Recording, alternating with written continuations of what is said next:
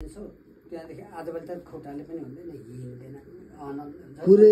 पुरै अनि पुरै तर्साउँछ अरे नि त मम्मीले यही हाम्रोमा गीत गाउँछ राति खोकी बस्छ कराउँदै गर्न होइन बाबा त अनि त्यहाँनिर सुत्दाखेरि त झन् त्यहाँ कति आउँछ त खोलामा म त पछेको तर मलाई सक्दैन तर्साउँछ है बा मैले एउटा तर्साउनेलाई डराउने ऊ छ नि त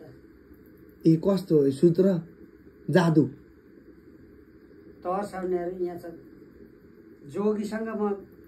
निकै हिँडेँ काली खेलाउँछ जोगीले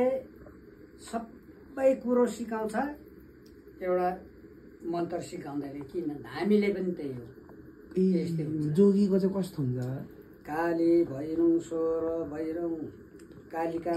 तँ भन्दै भन्दै फुक्छ नि त साइनो शङ्का फुक्छ तँ भन्दै जस्तै टोक्ने कुकुर साङ्लीदेखि फर्काओस् साथमा फेरि छ भने र बजाउन थालेपछि त्यो कुकुर भागेन भने चाहिँ यति मन्त्र एउटा सिकाउँदैन 17 गुरु हुन्छ कि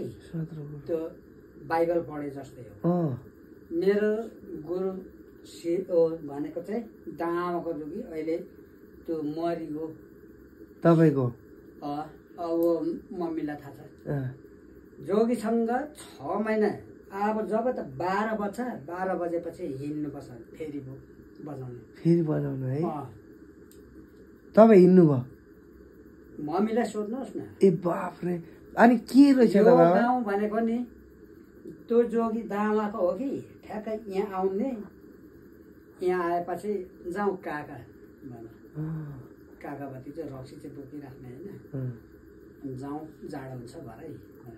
ठिक्क आफूले 4 बजीसम्म पुग्ने हो 5 बजेपछि उसलाई बास राखो मन्त्र दिइपठाउँछ केही पनि केले खाँदैन केही हुँदैन छाक सुस्रो केही पनि हुँदैन अनि लाइटवाला आफू आयो भोलि सिधा उठाउँदै आउँछ ठ्याक्कै यहाँ आइपुग्छ त्यहाँदेखि 16 भैरौँ कालिका मालिका देवी देवता 16 वीर मसान मसान खेलाउनु पर्छ पहिला अनि काली उ गरेपछि कुकुर फुकाओस् कि जतासुकै होस् कुकुर जोग्यो त फेरि फुक्नु थालेपछि टाप कराउँदा कुकुर त गल्ली मुद्दे कहाँ फुक्छ जस्तै भए पनि ए बाफ्रे त्यो चाहिँ होला काली जगाइराखेको हुन्छ उनीहरू मसान खेलाउँछ वीर मसान जगाएपछि उनीहरूले उ गर्छ अनि ठ्याक्कै आफूले फेरि भएको ऊ अगाडि हिँड्छ आफू पछाडि हिँड्नुपर्छ अनि